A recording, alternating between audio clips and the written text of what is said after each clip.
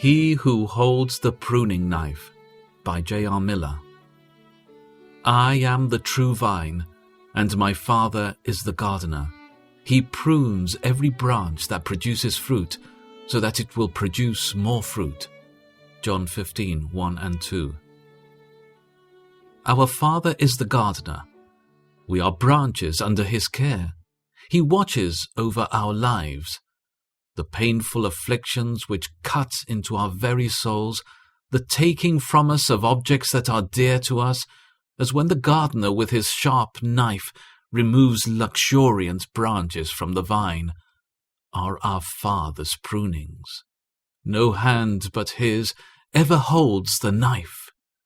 We are sure, then, that there is never any careless cutting, any unwise or mistaken pruning, any needless removing of rich branches or growths.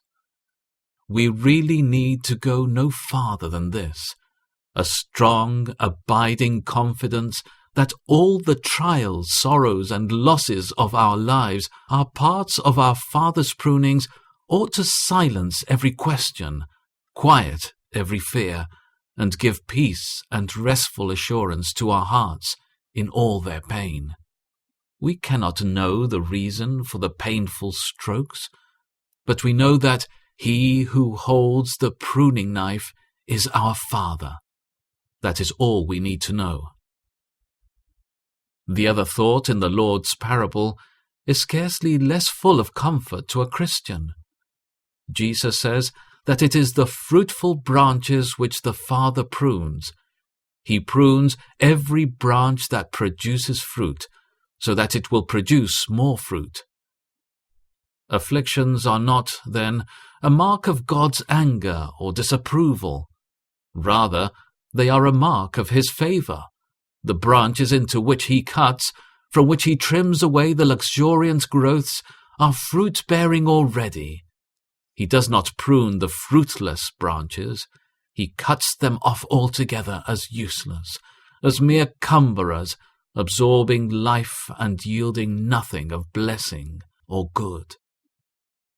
Some Christians have the impression that their many troubles indicates that God does not love them, that they cannot be true Christians, or they would not be so chastened. This teaching of Christ shows how mistaken they are. The much chastening shows that the Father is pruning His fruitful branch to make it more fruitful. All whom the Father loves, He chastens.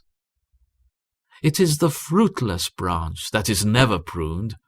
The fruitful branch is pruned, and pruned, not by one without skill, not by an enemy, but by the wise Father. Thus we see how we may rejoice even in our trials and afflictions. One who was altogether ignorant of the art and purpose of pruning, who should see a man with a sharp knife cutting off branch after branch of a luxuriant vine, would at first suppose that the pruner was ruining the vine. So at the time it seems, but by and by it appears that the prunings have made the vine more fruitful. In the season of vintage, the grapes are more luscious, with a richer flavor in them, because of the cutting away of the superfluous branches. In like manner, if an angel who had never witnessed anything of human suffering, and who knew nothing of its object, were to see the Father causing pain and affliction to His children, it would seem to him that these experiences could only be destructive of happiness and blessing. But if the angel were to follow those chastened lives on to the end, he would see untold blessing coming out of the chastenings. The Father was but pruning the branches, that they might bear more and better fruit. We should never lose sight of the divine purpose in all trials, to make our lives more fruitful.